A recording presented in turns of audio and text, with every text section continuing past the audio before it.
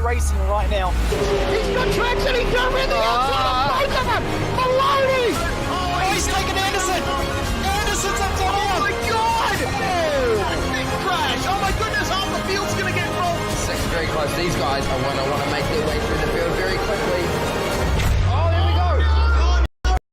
That's massive! This is it! This is over! I can't believe this! Oh my god!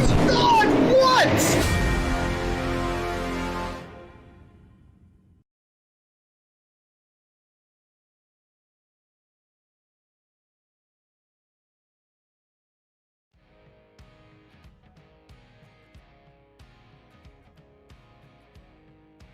Virtual Racing School GT Sprint Series live here on SimSpeed TV.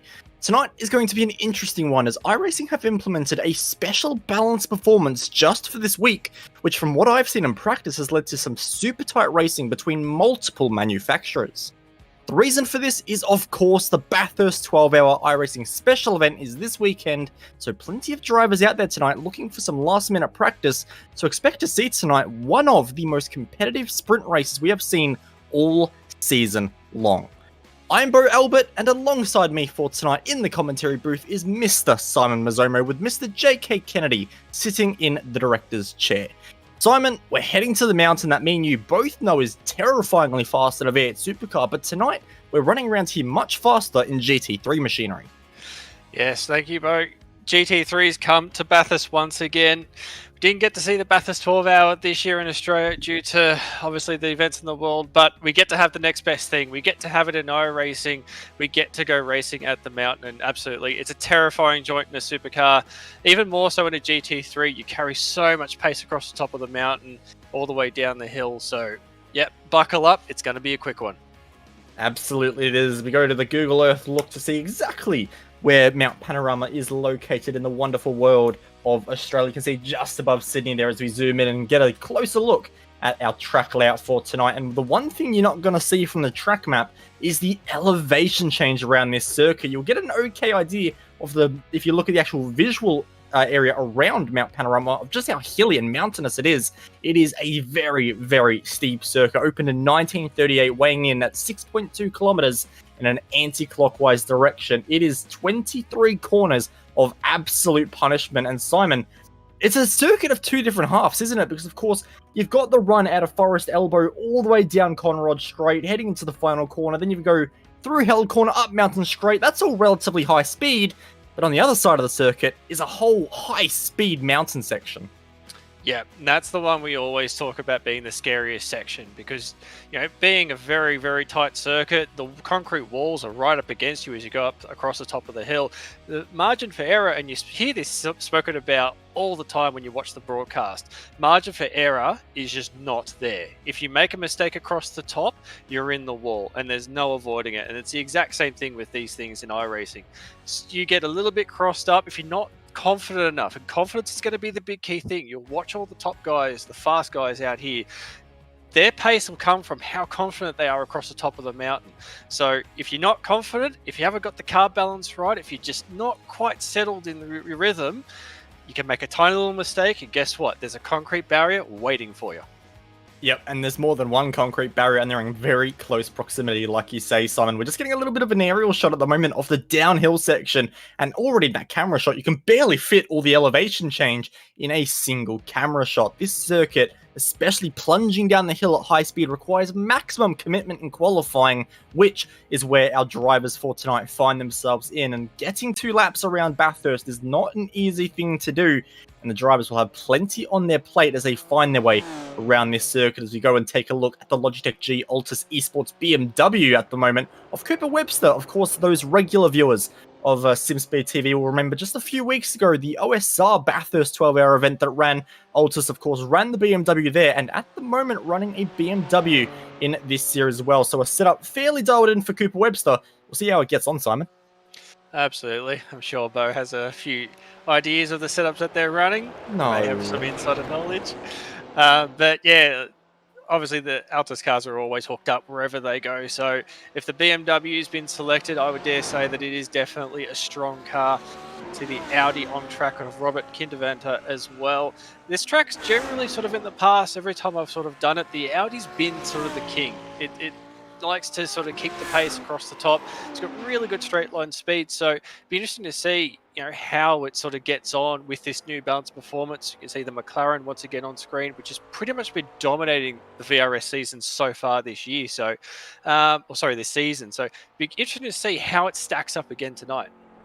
Yeah, from what I've seen in practice, the McLaren doesn't seem like it's been all so happy around this circuit compared to a whole bunch of other cars. So maybe the McLaren not suited to the Bathurst circuit in the way maybe the BMWs, the Audis, Ferraris, and Lamborghinis are.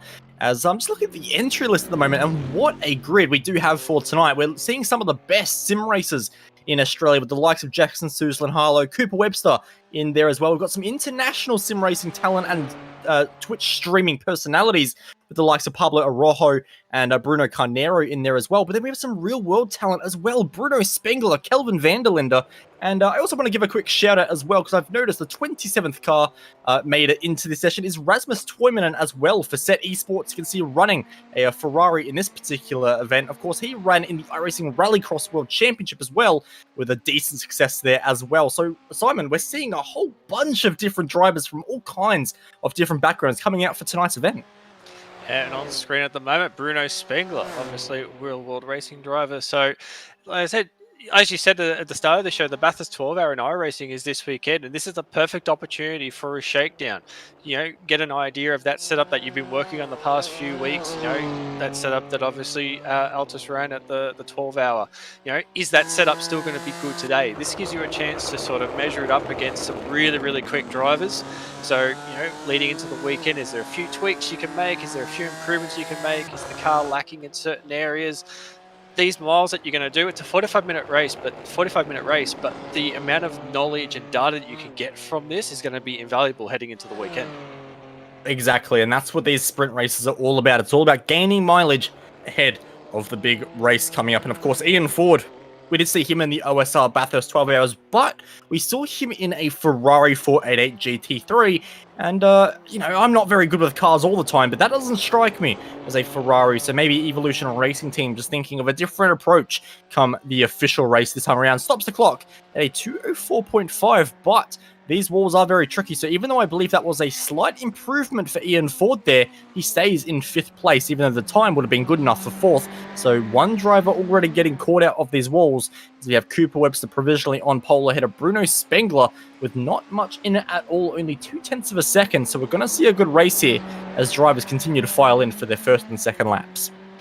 Yeah, the second lap's probably going to be the key one. You know, the first lap's a bit of that siding lap, you know, get yourself sort of settle into a rhythm, but you haven't got a whole lot of time to get yourself in that rhythm. So I think a lot of people, that first lap's probably going to be the quick one. They're going to sort of lay it all out there and then, and the second lap's probably going to be not so much. You might see a few movements in the field. We can see Cooper Webster coming to the line now. We'll see, has he actually made an improvement on that time? Does it look like? Looks like his second lap actually is slower, invalidated actually, but looks of it. No, it's a slow lap. Sorry, that was a slower lap that time around. Yes, it was. So maybe the tyre's just not working as well on the second lap there for Cooper Webster as Jackson Suslan Harlow puts himself onto the top spot for tonight's race. Of course, driver for AAA Esports these days. So a good effort there for him. And of course, won the Daytona 24 hours top split. So he's got a bit of a points to prove. He wants to go back-to-back in the iRacing special events for 2021 as Marco Kaler. We've seen him in a McLaren so long this season. BMW not so kind to him, only stops the clock at position number 13, but if he found 1,000th of a second, maybe it could have been a bit more. Yeah, it's only minute times at the moment. You can see down, looking at the times at the moment, this mid-pack, you know, separated by, you know, hundredths of a second. So, you know, that little tenth, that little bit of an advantage, you know, that little bit where the car's making a bit more pace, you know, it can move you up quite a few spots. You can see Martin heading to the final turn, down in 17th at the moment in the McLaren. Interesting to see. Looks like he's actually the only McLaren in the field at the moment, currently stuck down in 17th. He's going to get to the line. We'll see if he can go up a spot. Doesn't look like he's going to stay in 17th. So at the moment, the McLaren with not a lot of pace.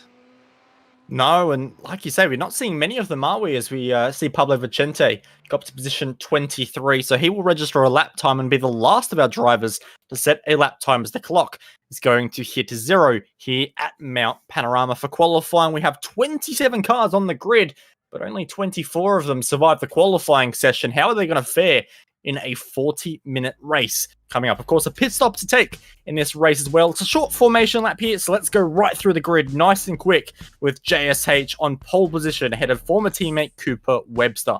Bruno Spengler for BS Competition in position number 3 ahead of David Bosca, and Rasmus Toyman with a fantastic lap in position number 5. Oscar Coper kicks things off on the 3rd row of the grid ahead of Ian Ford and Josh Perwin, who lines up in position number 8. Alberto Sinao starts from 9th ahead of Mattia Drudy. And we'll go back to P11. Ricardo Lamogula in 11th. Braden Nash in 12th. Marco Keller in 13th spot. Thomas Hinz rounds out in 14th. Matthew Bowler in 15th. Alexander Galov in 16th. Martin Jejcik in 17th. Mark Luna Herenda in 18th. 19th is Leo Messniger, and Pablo Arroyo in 20th. 21st on the grid is a disappointing result, unfortunately, for the former Audi factory driver in the BMW for tonight, Kelvin van der Linde. He starts ahead of Abel Sullen, Paolo Vicente, Tommy Vandergort, Bruno Carnero, sadly not getting a lap time in. Bruno, a very quick driver in GT3 machinery, but he still lines up ahead of Robert Kindervater and Sam Devontier as the cars are lining up on Conrod straight behind the iRacing Porsche safety car that you can see on screen right about now.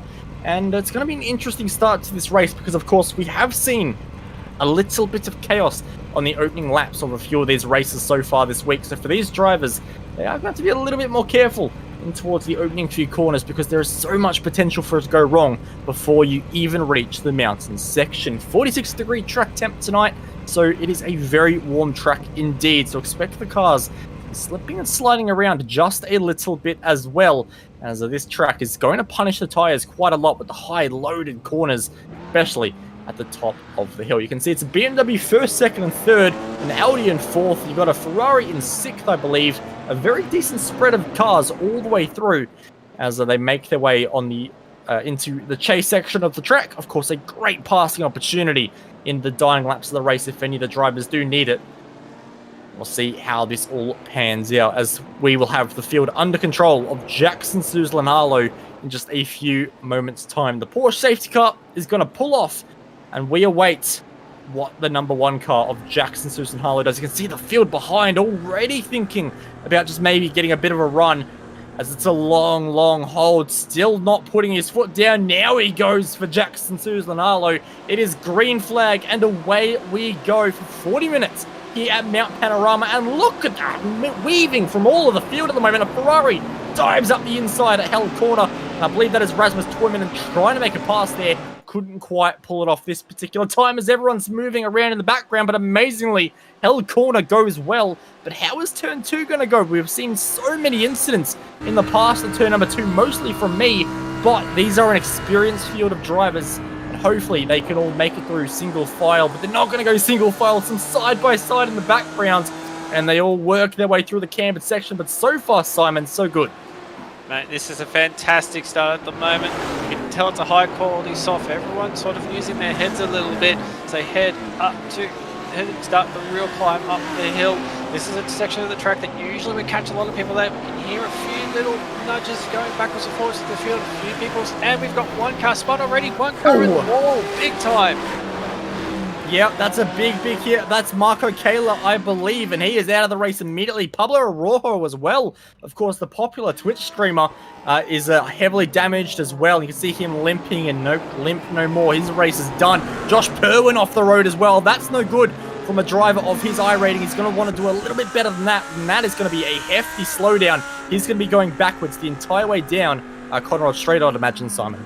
Yep, that's going to be painful. You don't want to get a slowdown, especially on the opening lap, because they work, the slowdowns are based on sort of like your average race pace. So if you get one slow down early on, it's really going to punish you. And you can sort of see he's just dropping through the field, losing positions left, right, and center. So it's not really going to help him at the moment. He's going to lose 2 more spots. This is just getting worse and worse as they head down to the chase. So Josh's start is not too good at the moment. He's really going to have to sort of dig in to try and pull a result out of this one now. Yep, absolutely. You can see the slowdown has cleared and he'll continue to fight on. But speaking of fighting on, Cooper Webster started second. Not so keen on letting go at the moment of Jackson Susan Harlow. As we'll get a replay of all the chaos we saw. And oh, that was a big clip of the curb. It puts Marco Kayla into the outside wall. And I believe what's going to happen here is no steer. Oh no, it wasn't no steering. It was a fact of him having a little bit too much steering based off the fact of contact with another BMW at such a high speed section of the track. Not sure exactly who that other BMW was, but big damage there. And a very early end to the race for a lot of cars. And maybe one more falling off the road as well. Yeah, just saw a car disappear back to the pits. You can see a move going on. Oh, there's contact. And more contact again. Looks like the car's... Doesn't look like the car's too damaged. He gets it going again, but I think this is where he just sort of says, nah, it's not going well. I think I might just pull the pin on this one. Pablo Vincente taking off. That car is crabbing a lot there. I think that's definitely got some suspension damage to the back of that thing. Yeah, absolutely. That is not ideal at all. And if you have suspension damage around a circuit like Mount Panorama, you are in for a very long 40 minutes. As the top 2 have actually started to check out quite a lot over Bruno Spengler as we go back to one of the Mercedes AMGs in this field. And it's great to see a Mercedes being run here tonight, as Alexander Gulahov at the moment is running very close behind the driver of Ricardo Lambogli at the moment. So we'll see how that battle pans out, because the Mercedes has not been a car that has been super strong all season long. We've not really seen any fighting at the very front of the field. This is a brand new balanced performance though. All the cars have been slightly changed, and just to get into that just a little bit more very briefly for our viewers to understand, what iRacing actually found out because Mount Panorama is so high up, the air pressure was so different that it actually gave a big advantage to the the aspirated cars, I should say, to the turbocharged and supercharged cars in GT3, that in the end they had a much bigger power advantage, which unfortunately means Alexander Galahov gets absolutely punted by Matthew Bowler and almost collects a bunch of other cars as well, including Kelvin Vanderlinde, who looks for a move at the final corner as well. Can't complete that. But those naturally aspirated cars should, in theory, be a lot closer in straight line speed than they otherwise would have been. But unfortunately, it didn't really look like their Simon, like the Mercedes had anything for the BMW. Yeah, it just sort of sat there, couldn't really do too much about it. But it's good that they've picked up on this sort of stuff and at least been able to sort of nullify that bit of an advantage. So the ideal world, we'd love to be able to see this in every track. We sort of have a bot that runs for a season, and it's sort of based on the best averages. Ideally, it'd be awesome if we could see every single track that we go to would have its own bot, but it's a lot of work to do, and yeah, just unfortunate that we can't quite get there. But the bot this season, as we've seen, has been pretty solid. We've seen a lot of cars sort of show their strength, and this is just another round of that. You know, there's going to be certain cars that are going to have the strength around this track. Obviously, it's a very fast, it's very tight, very technical. So, you know, every car is going to have its own sort of advantage. And at the moment, it's clearly showing that the BMWs running out front at the moment have the advantage at the moment. Yeah, absolutely. And we did see that in the OSR Bathurst 12 hours as well, that a lot of the top teams were running BMWs, and clearly that has translated to iRacing balanced performance as well. So it is good to see, though, because the BMW isn't a car we've particularly seen at the front of the field either. Of course, we did see a few runs strong. I believe it was at Detroit Belle Isle until some late race issues ended up kicking off for a few of our drivers. But the BMW hasn't really been a contender at the front. We've seen a lot of Audis, we've seen a lot of McLarens this season. Good to see a BMW running at the front of the field there, as Cooper Webster continues to hound the back of Jackson Susan Harlow, but I don't think he's willing to fight all too hard. I think right now he's just content to keep trying to put his foot down and pull away from Bruno Spengler in third. Yeah, very smart strategy. There's still half an hour to go in this race, and knowing that they were teammates at one stage, you know, you could probably have that bit of sort of respect between both of them. So 100%, I reckon he'd probably just sit there thinking, look, Jackson's got the pace, there's no point battling now, there's still a long way to go, we still got a pit stop, there's still plenty of this race to play out. You know, let's just try and gap the rest of the field and try and make it so that either one of us can win. So, fighting this early and risking either contact or damage, it's just way too early at this point. So, very smart strategy by both of them. Yes, indeed, as we go and take a look at Thomas Hinds, of course, fresh out of retirement, but he's now going to have to retire what I believe will be the 10th position on track, because at the moment, Riccardo Lombogli with a great dive up the inside at turn number 2, and will clear that position nice and easily there. So a great effort there from Riccardo. He will move up, and Thomas Hinds will be relegated one spot down. A little bit of damage on the front right there. So I clearly ran into a wall somewhere around this circuit, but so easy to do. No harm, no foul there. A lot of these cars by the end of this race will have plenty of battle scars on them. So he definitely will not be alone in that respect. But look at the speed they carry over the top of the hill. This is a section of the track where you really do get an appreciation of just how loaded these GT3 cars are through a high-speed section over the rise, and then try and get your foot down heading towards the magnificent drop at Skyline. You can see just how far the track plummets down. The elevation change from this point of view really obvious to see, and then the dipper, of course, a big compression on the inside. It's hard to keep track of all the corners here, Simon. Yeah, the elevations are quite something. Last time I went there actually was a Bathurst 12 hour, was the last time I was at the actual track, and you sort of mentioned about Skyline when you're coming down there. It really doesn't do it justice until you actually go see it. And we see a battle for the lead going on here. So thought they were going to be sitting together and just sort of checking out, but looks like there's still a battle for position. Actually, sorry, Cooper's gone in front, I just realized. So that's actually a move for position. Yes, indeed it is. So Cooper Webster in the Altus Esports cars takes over the lead from Jackson Susan Harlow in AAA. But I've got a feeling that won't be the last time we see these two swap positions there. Two very competitive drivers. There's always a little bit of a rivalry there as well. Of course, I do remember that Jackson Susan Harlow really wanted to take away the youngest V8 Scops race winner trophy away from Cooper Webster. Of course, Cooper got that win at the Sebring reverse sprint round, whereas Jackson Susan Harlow got his first Scops win at the Imola 500. There's always a rivalry between those two, given how close they are in age, how close they are on an overall pace as well. And I think we're going to see a bit of that rivalry spill out tonight. So I thought Cooper may have played it safe for a lot of this race, but nope, he's willing to fight on already as we go back to Oscar Cooper, who has got his mirrors absolutely full at the moment of Mattia Drudel as the BMW tries to hound the Audi. But around this section of the track, it's so hard to make a pass. If you get a great run out of Griffin's Bends, there is an opportunity to dive up the inside at the cutting, but you have to be a brave driver to do anything at the cutting. Yeah, it's one of those corners. It's sort of like they sort of call it the tram tracks. There's really only one line you can sort of take into it. So to make a move there, yeah, you've got to be very confident that you can pull it up and that you can get it done cleanly, because it's very easy to wash out and sort of tag the person you're trying to pass, or turn it a little bit too early and flip the inside barrier, which it's very blind as you come up it. So you sort of turn in at the point that you think you're going to be able to get around there without hitting the wall.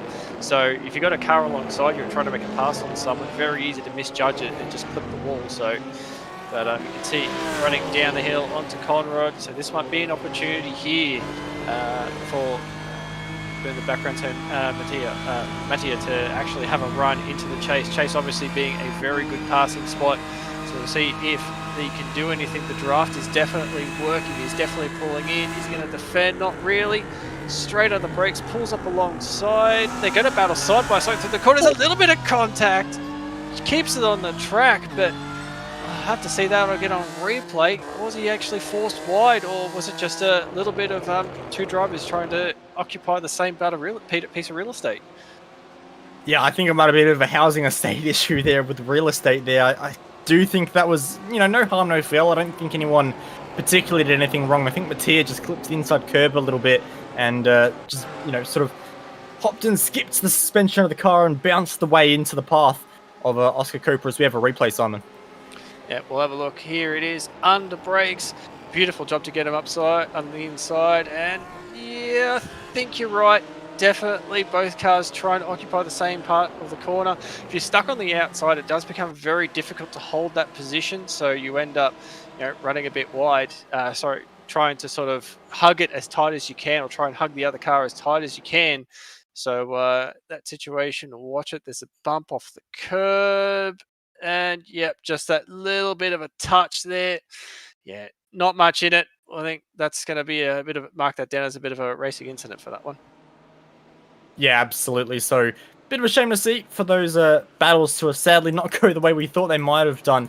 But that's right, there are still plenty of battles still happening on the circuit. One of which, of course, does include Mattia Drudel once again. But he has Braden Nash right behind him, and he's brought along David Bosker as well. And David having a bit of an unfortunate race, I have to say. Of course, qualified position number 4 and has dropped all the way down to position number 9 at the moment. So he's gone backwards from the start of the race. We know the pace is there.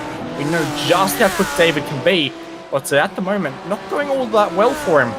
And these BMWs, I'm just noticing, seem very quick in a straight line indeed. So maybe the Audi, just not with the punch down all the straights that it really needs to keep these BMWs behind. Yep, and being that, you know, some of your main passing opportunities are on straight bits of road, you know, having the pace through the corners is not going to sort of be an advantage at this point. Actually noticing as well, it might just be me, but there's actually a bit of damage on the front right-hand side of David's car as well. So that might also be playing a factor as well, that maybe that's why he's fallen down the field so much.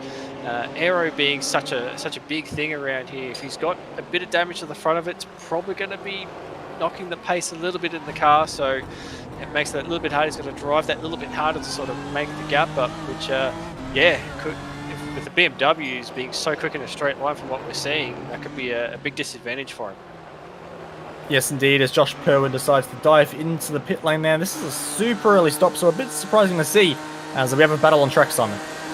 Yeah, heading down, Braden Nash looks to be trying to go past Mattia, but not getting it done. Trying to go around the outside into Griffin's Bend is a bit tricky to do.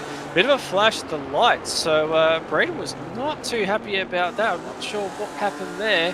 Looked like a fairly decent defensive play from Mattia, so must be trying to do a bit of the intimidation, try and get the light flash going, try and distract the guy in front of you, but that's basically allowed David to get involved now as well. So that little gap he had is gone.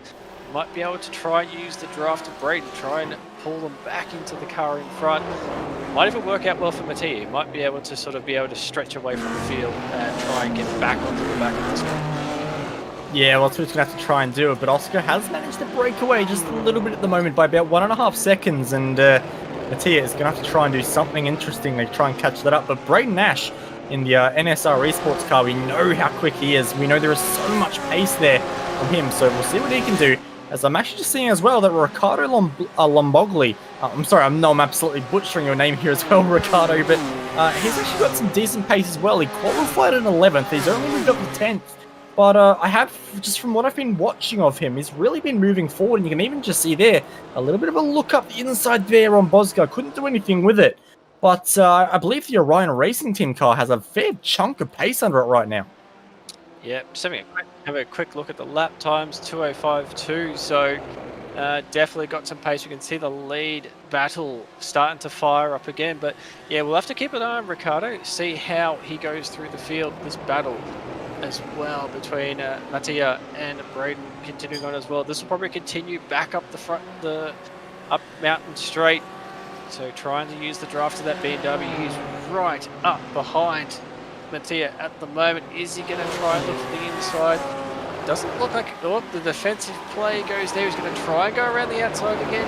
Not really, decides better of it. Didn't work the last time around, so maybe he's thinking, you know what, I might try and do something different. He's right on the rear bumper at the moment. So head into the cutting. Not much really going to happen there. I think he'd be sitting in behind, waiting for his next opportunity, which will probably be at the chase.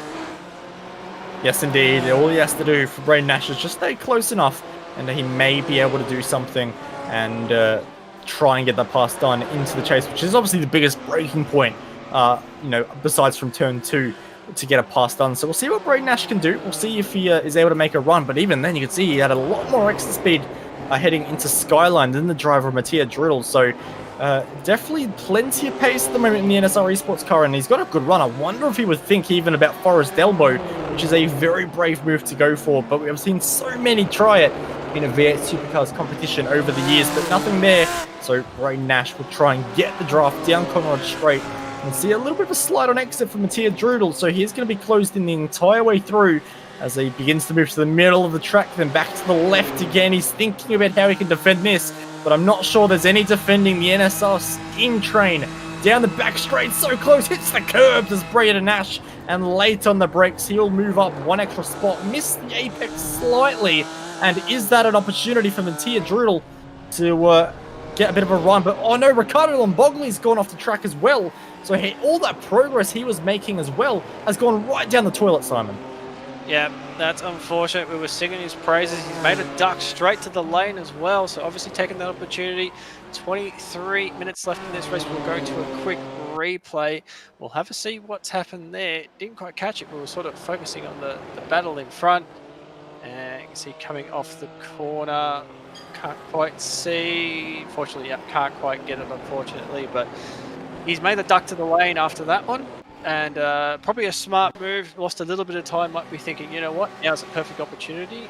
Nope, we're going back to replay again. Looks like our trusty producer Jay clicking all the buttons and finally getting it sorted. So we have faith in him all the time. As you can see, heading down into the chase, going down the inside, way too deep, way too deep on the brakes. Was never pulling that one up. Valiant effort, but unfortunately not going to get the job done there. No, not at all. So unfortunately, he will have to try and make all that time back up. But an early pit stop, of course, does give him plenty of clean air to try and do something with it. As we go back to Mattia Drudel at the moment, running very close behind Braden Nash. And is he able to get a bit of a return serve there? As I'm just looking at the livery at the moment for Mattia Drudel. I'm just wondering if instead of the GT3 BMW M4, he may have uploaded the GT4 livery there. So a bit of an issue there for SRC. Hopefully you guys can get that sorted ahead of the Bathurst 12 hour, but I think a little bit too far back as well out of Forest Elbow. So I don't think he's going to make any bit of a charge here onto the back of Braden Nash. So what we might do is head back up to our race leaders at the moment, because Cooper Webster, for just a few laps there, looks like maybe, just maybe, he could break away from Jackson Suzlin Harlow, but all that hope has been lost as Jackson has just reeled that time back in, set some very fast laps over the last 2 or 3, and they managed to get himself right back onto the bumper. So AAA versus Altus Esports does continue once again as they go on to start lap number 10 at the moment. So ticking the laps down, approaching the halfway mark in this race. And at the moment, you'd have to say, Simon, if you'd want to be any of these drivers right now, it's probably Jackson Suzlin Harlow at the moment and fuel saving. Yep, that was where my mind was going with that one. Is, yeah, we talk about it a lot, but the whole fuel strategy, knowing that we need to take a stop. Bathurst, you know, being such a big track, you know, a 2-minute lap time, they chew a decent amount of fuel. So any little bit that you can save by sitting behind a car will obviously be a big advantage. And Cooper's got the pace at the moment, just continuing to pull that gap out to the rest of the field. So, just had a quick look. The last car in the field at the moment, Josh Perwin, unfortunately, right down the back, coming out of the last corner. We see pit stop starting to happen. So there's a decent gap between the leaders and the last car on track. So they're not going to be too concerned with lap traffic playing a factor before the pit stop. So where you would use that as sort of an opportunity to maybe make a different strategy call, it's not going to factor here. So at the moment, be thinking that Jackson would be thinking, you know, if he can pit a little bit earlier, take a little bit less fuel to get to the end, he might be able to get the jump on the pit stop. Yes, indeed. That is exactly what he'll be thinking. He'll be hoping he can get enough of a gap to the point where he can break slipstream on Cooper Webster and just run away for the final 10 or 12 minutes of this race. Of course, we don't usually know exactly when these pit stops will take place, but usually we would expect to see it in the last 15 or so minutes of this race. So for Jackson Suzlin Harlow, I think at least another 2 or 3 laps, just the fuel saving and seeing what he can do from there. As at the moment, the field's sort of spread out a little bit, apart from Kelvin Vanderlinde at the moment, who is not able to break away from the likes of Alexander Galahov and Alberto Senao as well. Of course, the Audi, Mercedes, and BMW all locked together in a pack at the moment for position 12. And Kelvin is trying to break the draft, but that Mercedes, you know, I've always loved the Mercedes. It's always been a favorite car of mine, but that is now looking very quick in a straight line compared to what we saw earlier. We saw Alexander just a few, I think it was like 2 or 3 laps into the race or so, where he was really struggling to get past anyone in a straight line, but all of a sudden I just watched the run down Conrad Straight between this little battle, and that Mercedes had a lot of punch indeed. So maybe it isn't so much a difference in car speed that has now been gained for the Mercedes, but maybe Kelvin Vanderlinde just running way too much rear wing around this circuit. Yeah, maybe. I'm having a look at the front of the car too. It does look like the front of the car is a little bit damaged at the moment, so maybe that might be having an effect too. But the Mercedes, you can see it down the outside. Alexander going for the move. Kevin really doesn't have an answer for the moment. Oh, there's contact as they go down into turn 1. Alexander tried to squeeze him. He's run wide as well. Kevin will take the spot back, but that was a bit questionable going there. Like, why were they touching so far away from the corner? It's kind of like Alex tried to get across the nose, try and defend the pass attempt there, but yeah, a little bit of contact, but thankfully they got away with that one. That looked like that was going to end very badly. Alexander, unfortunately, losing out on that opportunity, but as you were saying, the pace in this Mercedes at the moment is clearly showing he's got the potential to get past. So, yeah, we'll just have to wait and see. Maybe down into Conrad, down the chase, there might be another opportunity there that presents itself. Indeed, I did see last lap that it was a big closing speed from the driver of Vanderlinde all the way back to Galahov. So clearly plenty more speed, and we might see it again as they come through Forest Elbow. It's a much better exit for Vanderlinde, but that AMG, of course, it's been a stalwart of GT3 racing on iRacing for so long, and it's great to see that maybe, just maybe, it has a fighting chance here at Bathurst when it has been down in the dumps for quite a few seasons with a balanced performance. Looking to the left, look to the right, goes up the inside, clips the curb, dangerous at high speed, but now Vanderlinde late on the brake, side by side, that will go almost contact between the two, but amazingly, Galahov gets the move done, essentially around the outside on Kelvin Vanderlinde, and Alberto Sinal thinks, nope, this is way too much, I'm going for safety. Fantastic move there. That's one thing to sort of put an exclamation point at the end of that one. We're going right around the outside. As you can see, we go to the front of the field, and we've got a change for the lead. Jackson Susan-Harlow back to the front of the field, gets the job done as they head up to Griffin's Bend.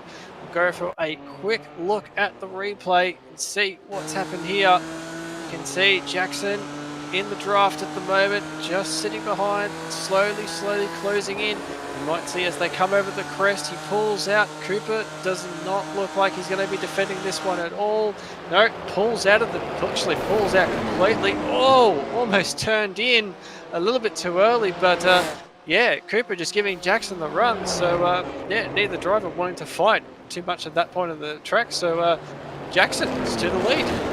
Yep, he is the lead and just extended the gap a little bit from Cooper Webster. So I don't know if Cooper may be just a little bit thrown off mentally by that fairly aggressive move from Jackson Susan-Harlow, where Cooper wasn't quite expecting it and almost turned in on JSH there. So I think Cooper just going to have to try and regroup a little bit as he gets on voice chat just to speak to Jackson, and they're going to have a conversation down Conrad Straight. So something you can't do in the real world. It's something you can do in the sim world, though. And they're going to play a few little games with each other as we are heading towards 8 laps of this race to go. When does one think about pitting? When does the other think about responding to the pit stop? There are so many mind games to go into this battle as we are about to start, unlucky for some, lap number 13. And both willing to stay out for just another lap longer as Cooper Webster, I think, just keen on getting closer to the back of Jackson Susan-Harlow's gearbox before he dives in for his pit stop. Yeah, we try to keep that gap as low as possible. You can see Jackson is starting to sort of punch that gap out a little bit, but this battle has not stopped. It has started, when it started at the beginning, and it's still going, and I guarantee it's going to be going right to the end. Brayton Nash and Mattia Drudy as they head down the front straight, heading into turn 1. So we'll see how they go this time, running up the hill. Mattia in his odd coloured car. I actually thought it looked fine. I thought it was just a very unique paint job for the BMW, but no, apparently it was just the wrong car completely. But we learn something new every day when we do these broadcasts. So heading into turn 2, begin the run up the hill. Both these guys, the lap times between these two have been very close each lap. So not so much is going to happen here, I would not think, but pit strategy might play itself into this one. Running up the hill through the cutting. Now we head up towards Solomon Park, across the top of the hill. But cars moving around a lot as they, especially when they come over the top of that rise there, down into the grate. So getting right on that curb, running right out to the wall, both of them using every inch of that curb, and same thing there. tell you what, they are using every inch of the racetrack at the moment, trying to maximise everything right now as they run to pit stop. So this might be the time that they try and punch a bit of a gap and try and take advantage of that pit stop period. Yes, indeed. Pit stops are going to change quite a few battles in this race, I think. You can see a fair bit of the field has just begun to spread out a little bit. There are still plenty of battles happening where pit stops will influence quite a lot moving forward in this race. So, Teodridi going to try and just close in a little bit more as we go back up to the race leaders. Jackson, Susan Harlow, and Cooper Webster. Do any of them decide to pit this lap around? No. They're both going to stay out one lap longer. What is Bruno Spengler behind you? He's going to stay out as well. I thought maybe he was willing to throw a bit of a curveball as Rasmus Twyman, who's doing a fantastic job in fourth at the moment, continues to circulate around. And yeah, by the looks of it, none of our drivers really super keen on diving into the pits. So clearly, Simon, fuel around this circuit is absolutely get it as light as possible and run the car as light as possible for as long as you can. Yeah, absolutely. Seems to be the call. Surprising. There's only... So far on track, there's only been about 4 drivers who have actually taken their pit stop. And this is so far, we've got about 20 drivers left in this race. So, yeah, surprising to see that not many have made the call. We've only got, roughly about 12 minutes left in this race. So, from what we've sort of seen from previous rounds, everyone sort of gets to around that 18-15 minute mark, and that's generally when the pit stops start happening. But yeah, surprisingly not here. You can see Josh Perwin at the moment on screen, seeing if he's pulled his way back up through the field a little bit, trying to recover from an early start. This is a battle for position for the moment, but yeah, it's strange. Less than 12 minutes to go in this race, and we're still waiting for pit stops to happen. Yeah, you would have thought a lot of them would have taken place by now, but if they're not going to take place now, they're definitely going to be on the next lap or two, as that Audi really struggling to close in on the Mercedes. It's only just starting to gain a bit of extra speed now, but Irwin, just no speed around here at the moment. The Mercedes runs a little bit wide. This may be an opportunity at the cutting. I said you can do it if you're brave. How brave is Josh Perwin feeling? Sadly, not brave enough for any heroics into the cutting, so he will sit behind for yet another lap as well. So we'll see what these leaders do this time around. We've been sort of watching them for the last 2 laps, like you're going to pit, poking them with a stick, seeing what they will do. But maybe now is finally the time for Jackson, Susan Harlow, and Cooper Webster to dive into the pits. And well, oh, look at the mind games from the 2 of them as Jackson goes for a pit, backs out, and Cooper's like, well, if you're going to back out, I'm just going to go straight in. And a fairly conservative pit entry from Cooper, but nonetheless, he does dive onto pit lane, and we'll see what he can do, Simon. Yeah, see what he can do with this pit stop. Seems to be the only one out of that lead pack at the moment that's taken to pit lane. We can see one more car. That's going to be Bruno Oscar going into lane, and here we go. The pack is starting to funnel in. Mattia in the lane, David in the lane, Thomas Hinz in the lane. Braden Nash looks like he's making his way into the lane. Actually, Braden Nash is a bit further down the pack, actually. He's got a bit of a gap. I wonder if something's happened there. Matthew Bowler, Kevin Vanderleen in the lane, Bruno Canera, and Robert Kindervender. We'll have a quick look on replay. We'll see what happened there. So looking at Braden Nash, no, unfortunately can't bring you anything there. But yeah, he was a lot closer to that front back. So pit stops running through at the moment. Everyone heading back onto the track. Now Cooper Webster in the lead at the moment. Oh, taking his pit stops, who will come back out in 5th place. Jackson Susan Harlow in the lead at the moment. So we'll see, will he make a pit stop this time by? I would have to say yes, he'd be in the lane this time by. Yeah, absolutely. I really don't believe you can stretch the fuel any longer. So definitely Jackson, Bruno, Rasmus, Ian, all of the others will be diving into the pits in the very near future as you go and take a look at Thomas Hinz at the moment in the SimRacing channel livery. It's a livery that I did see for quite a while in a bunch of races, but they sort of went quiet for just a little while. But I'm glad to see it return, because that is a gorgeous livery. It looks great on every car, and that truly is, in my opinion, one of the best looking sim racing cars all around. So great to see Hinzy trying to do his best in it, and hunt down David Bosco, who sadly continues his plummet down the field at the moment, as we're just hearing a director say maybe we've had an incident, and oh, it's Galahov, who was of course in that battle with Perwin not so long ago, and maybe just defending a bit too hard. It's all gone a little bit wrong, Simon. Yeah, have a look on replay. It's so unfortunate to see. He was doing a fantastic job in that Mercedes. We'll have a look at replay and see what's going on. We're looking at Leo Mestiger at the moment, whose car looks very, very second-hand for the moment. Oh Go my. over rise. I've just seen the incident. And oh, there it is. So we've got Leo that's parked it, and then Alex in a Can we different please one. get an onboard shot from Perwin here? Just please do it. See, Jay, the man, we'll see what he can do. And oh, that is massive. That is a massive incident. It's happened right there. Josh doing the Matrix and just somehow avoiding that one. He's had another look again, but he's grabbed the inside of the wall. Yeah, that was a monumental accident for Galahov. Just clips the inside, rolls directly over Josh Perwin's Audi. That is why I wanted an onboard shot. That is a remarkable dodge. Of course, pure luck, but unbelievably, that has to be a submission to the iRacing top 10. That definitely has to go in there. That is just incredible. We were talking about how this place can bite when you get it wrong, and it absolutely can bite. So, yeah, it's just incredible, that incident we just saw there. But something I am noticing at the moment on track is Jackson Susan Harlow's got a substantial lead at the moment. He's right at cleared a decent gap back to Cooper Webster. So pit strategy definitely has worked in favor of Jackson this time.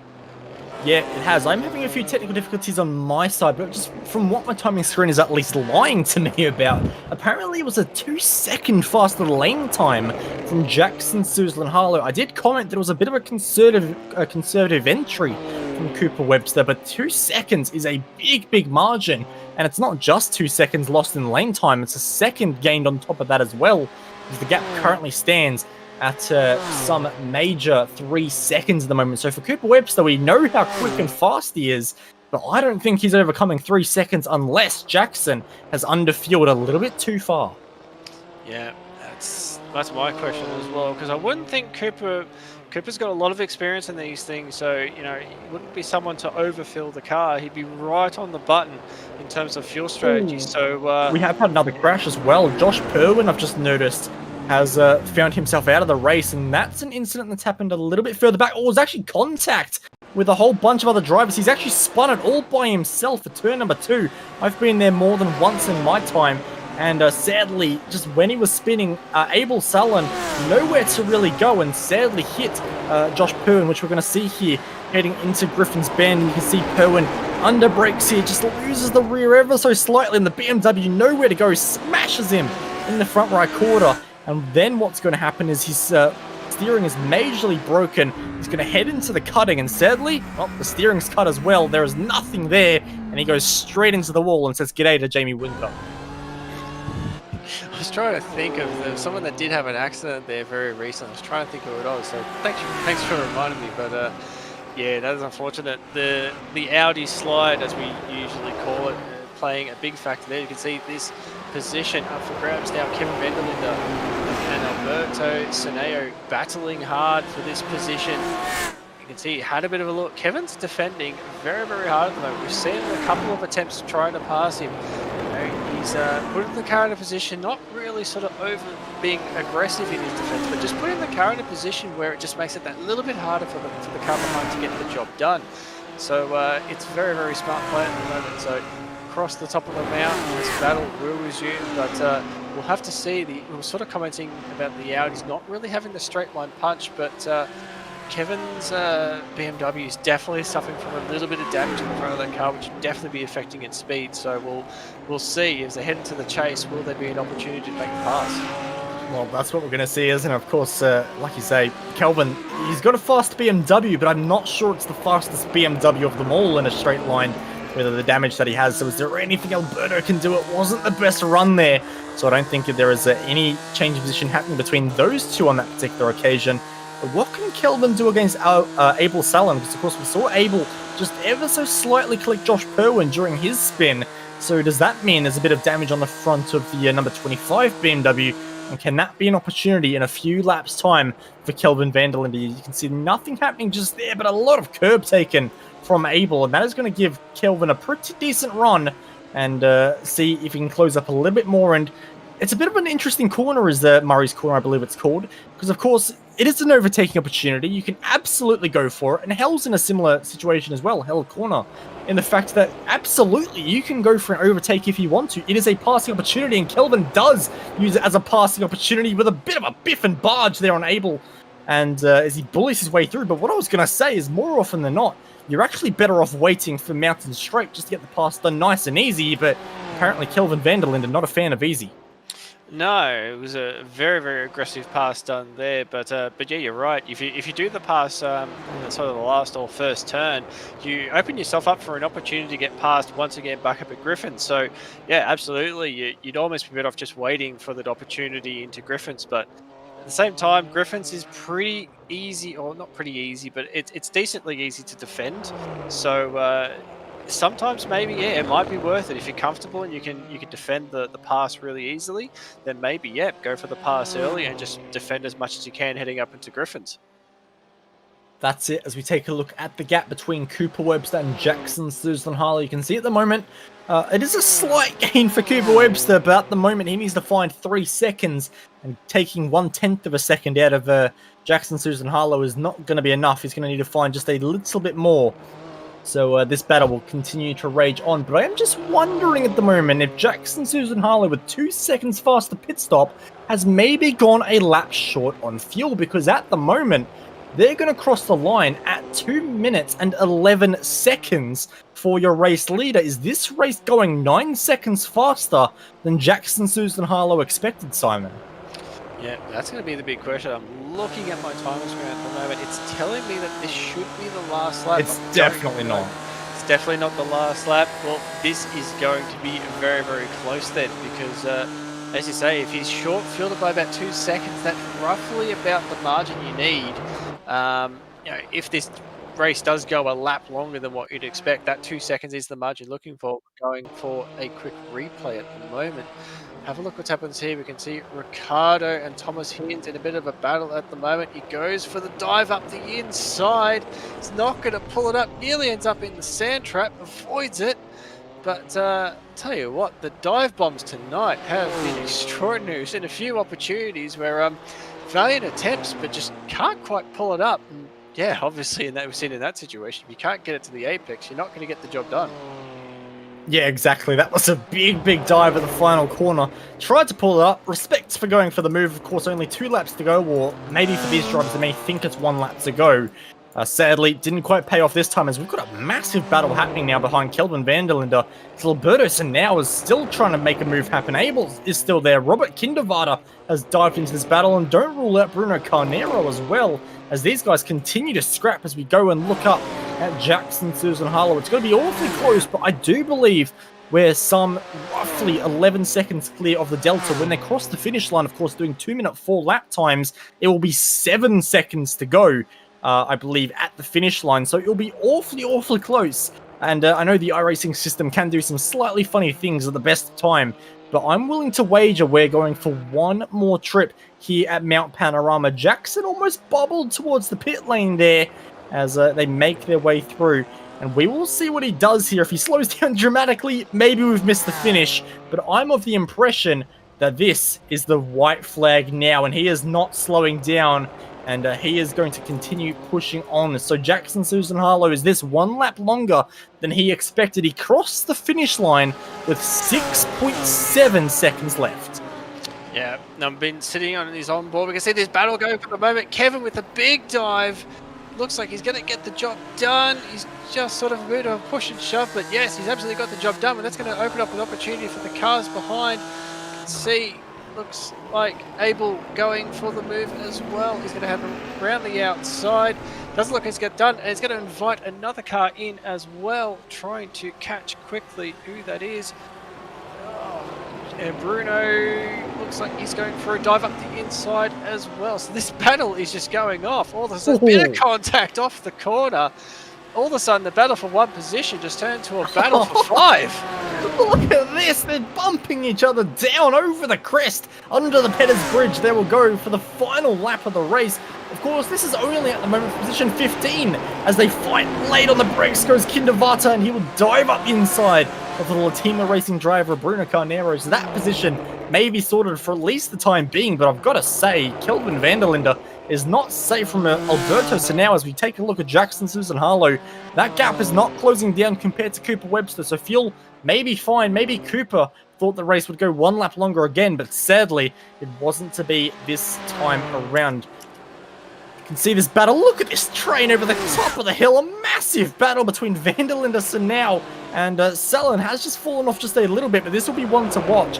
But we really should go and give the attention to Jackson Susan Harlow. He started this race on pole position, and he's going to finish it in first place as well. Sounds easy? Absolutely not. He was fought all the way to the end, but a much better pit strategy from the AAA Esports driver brings him the checkered flag here in round number 11 of the Virtual Racing School GT Sprint Series. Cooper Webster will round things out in position number 2 ahead of Bruno Spengler, who is on our podium as we go back to this battle at the moment, position number 12. And Alberto is closing and closing and closing on van der Linde. Which way does he go? He thinks about the inside. It's going to be a defend from van der Linde. It's so close, but is he able to do anything? Contact! And van der Linde's gone! His race has gone horribly wrong with just a few moments to go. He's been aggressive all race long, and sadly, with 2 corners to go, he was on the receiving end of an aggressive driver. Yeah, just having a quick look. We'll get this up on replay at the moment, but I think that's a bit of a mistiming by Alberto Saneo. You can see he's on the outside. He tries to go for the switchback. He thinks he can get it done, and boom. I think he just has not anticipated that Kevin would be so slow in the middle of the corner, and he's just absolutely just drilled him in the rear. So, unfortunately for Alberto, I think that one's going to be a bit of a slap on the wrist. And just so unfortunate for Kevin. Put such a valiant effort after the pit stops. He just managed to make up so many spots, and unfortunately, he's lost them all right at the end. Yes, indeed. So it was a dramatic race in the end. It wasn't quite the battle we thought it might have been for the win, but nonetheless, there was plenty of talking points here at Mount Panorama, as there so often is. It always delivers. But the driver that delivered the goods at the end of it all was Jackson Susan Harlow after 20 laps ahead of Cooper Webster and Bruno Spengler. Great drive from Rasmus Toiminen, who finishes in position number 4 ahead of Ian Ford, with Oscar Copa, who of course had plenty of battles in his race, in position number 6. Mattia Drudy in 7th finishes ahead of Thomas Hinz, Ricardo Lombogli, and Braden Nash. And we'll head over to P11. Looking at Matthew Bowler in the BMW. Alberto Saneo in that little bit of late race contact comes home in 12th. Abel Salen in 13th. Robert Kinvender in 14th. A fantastic drive for him. Bruno Canero in 15th. Kevin van der Linde, what could have been, coming home in 16th. Sam Devontier, a bit of a quiet one this race, usually seeing him up front, home in 17th. David Bosga in 18th. Josh Perwin, another race that he'll probably want to forget, so will his iRacing, in 19th. Leo Messniger rounding out the top 20. 21st place goes to the massive accident of Alexander Galahov. We do hope he's okay, because even on a sim, that would be quite a fright indeed. Martin Nezhadek in position 22 ahead of Pablo Vicente, Marco Luna Herrera, Marco Kayla, Pablo Rojo, and Tommy Vandergust all ran into issues extremely early on, most of them on the first or second lap, which so often we see, Simon. It's a chaotic circuit, but thankfully next week we do have slightly less walls around us because we're going to Suzuka. Yeah, Suzuka, fantastic track. Very technical, very difficult. It's a track I enjoy driving, but it's not a track I've ever been successful at. So trying to find pace there, trying to be competitive, it's going to be a tough one, but no doubt these drivers will rise to the challenge. They absolutely will, and thank you all so much for watching here at SimSpeed TV. On behalf of my co-commentator, Mr. Sutton Mazomo, of course, Jay Kennedy in the director's chair, that is another week done of the 2021 Virtual Racing School GT Sprint Series. If you did enjoy the broadcast, be sure to hit the subscribe button down below, give us a like, and let us know your thoughts on tonight's race in the live chat as well. But from all of us, we'll see you next time.